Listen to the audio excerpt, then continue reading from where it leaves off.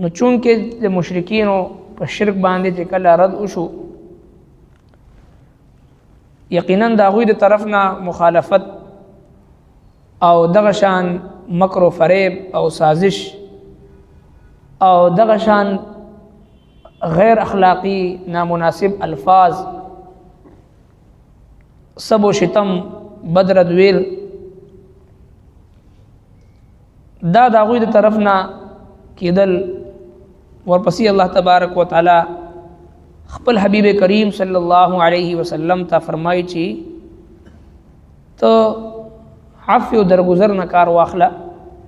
د اخلاق عظیمه مظاهره وکړه او د نیکۍ حکم برابر جاری ساته او د جاهلانو نه مخ واړوه. نو فرمایي والذین تدعون او کم چې تاسو بلې من دونه داغه نه سوا لا یستطیعون دوی نشي کولی نصرکم مدد استاسو ولا انفسهم او نه د خپلو ځانونو ینصرون مدد کولی شي. وان تدعوهم او کچری تاسو راوبلئ دوی الی الهدى سمې لارې طرف ته لا یسمعون دوی ناوري وتراهم او تویني دوی لرا ینظرون چې دوی ګوري تا ته ینظرون الیکا چې دوی ګوري تا ته وهم لا یبصرون او حال دا چې دوی هیڅ نویني. خذ العفو معافي وکړه وامر بالعرف او حکم ورکړه د نیک کار واعرض عن الجاهلین او مخ واړوه د جاهلانو نه. د الله نه ما سوا چې کم دوی را بلی لا یستطيعون نصرکم ولا انفسهم نستاسو مدد کولی شي نه خپل ځان مدد کولی شي. او وان تدعوهم الى الهدى لا يسمعوا کچری تاسو راوبلئ دوی سمې لارې طرف نه اوري هېڅ نه اوري نه څه ویني نه څه اوري نه څه ویلی شي، یعنی بېجان شی دی، په خپله باندې مخلوق دی. نو چې کله د دغه مشرکینو په شرک باندې رد وشو اوس یقینا د هغوی طرف نه مخالفت به کېدل او بیا دا مشرکین چونکې د جهالت او د احمقتوب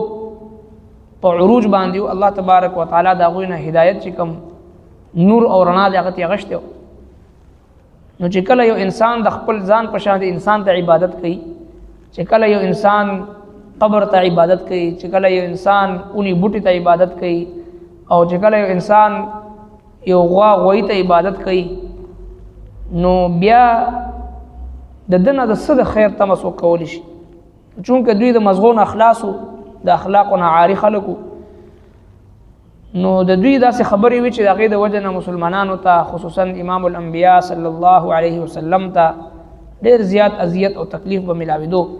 نو په هغې باندې الله تبارک وتعالی فرمایي خذ العفو معاف کړ دي، معافي اختیار کا.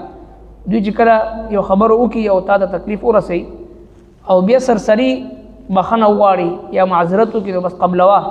ډېر تفصیل کې ورسره مزه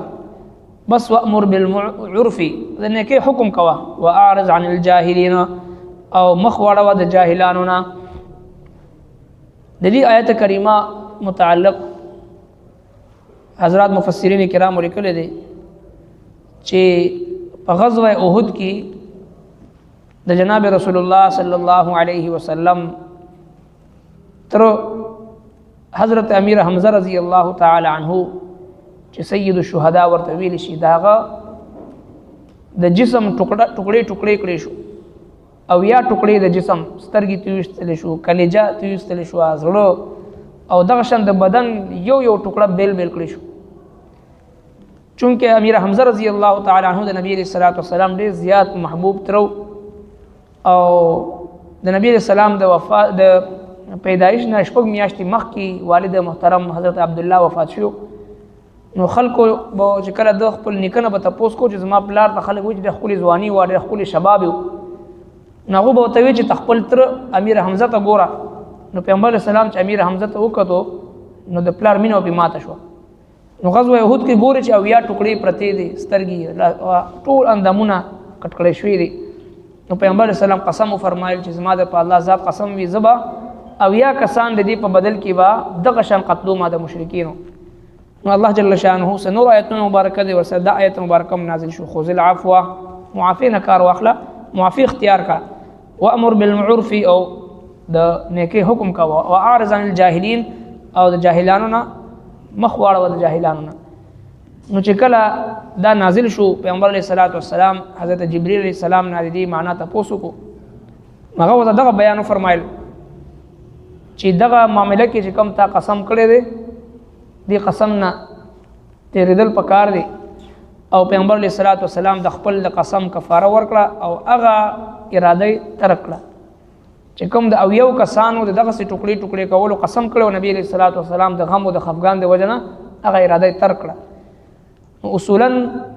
د شریعت اصول دا دی چې څوک چا باندې څومره ظلم وکړي هغه عمره د انتقام غوښتو اجازه وي. نو لہذا الله تبارک وتعالى دا درې جملې ارشاد فرمایل معافی اختیار کا د نیک کار حکم کوا او د جاهلانو مخ واړه. نن هم کچري پمونګو تاسو کې زمونږ تاسو معاشره کې دغه احکام عملی طور باندې راشي نو ډېر نفرتونه عداوتونه دښمنۍ او دغه معاملات د زمونږ تاسو سم شي. نن په وړو وړو خبرو باندې قتلونه مرګونه خودکشیانی او حلالول او ظلم انتقام غشتل دښمنی په کلونو کلونو کیسونه په وړو وړو خبرو باندې هغه کیږي. دغه وجه څه ده منګ او تاسو قران کریم اول لستلم نه دی چې لستلم دی نو په معنام ځان نه پوي کړي کلک ډرم پوي کړي نو عمل هم پینې نه کړي. نو لہذا چې کله د مسلمان په معاشره کې په قران کریم باندې عمل انفرادي او اجتماعي ونشي نو بیا دغه سي په معاشره کې چې د انتشار افتراق او نفرتونه داسې زونه پیدا کیږي. څومره خپل نظام دی د قران کریم الله تبارک وتعالى خپل محبوب پیغمبر ته چې داغه اخلاق وانک لعلى خلق عظیم اخلاق عظیمه ورته الله تبارک وتعالى ورکړي. هغه اخلاق عظیمه پس جوړ شو هم په دې خبره باندې خذ العفو چې څوک څه کوي سوې کار ته ملره انتقام چا نه ماخله عفو درگذرنه کار واخله. نبی علیہ السلام چې کله جبرئیل علیہ السلام نه تاسو کو چې دې څه مطلب دی جبرئیل علیہ السلام ته فرمایل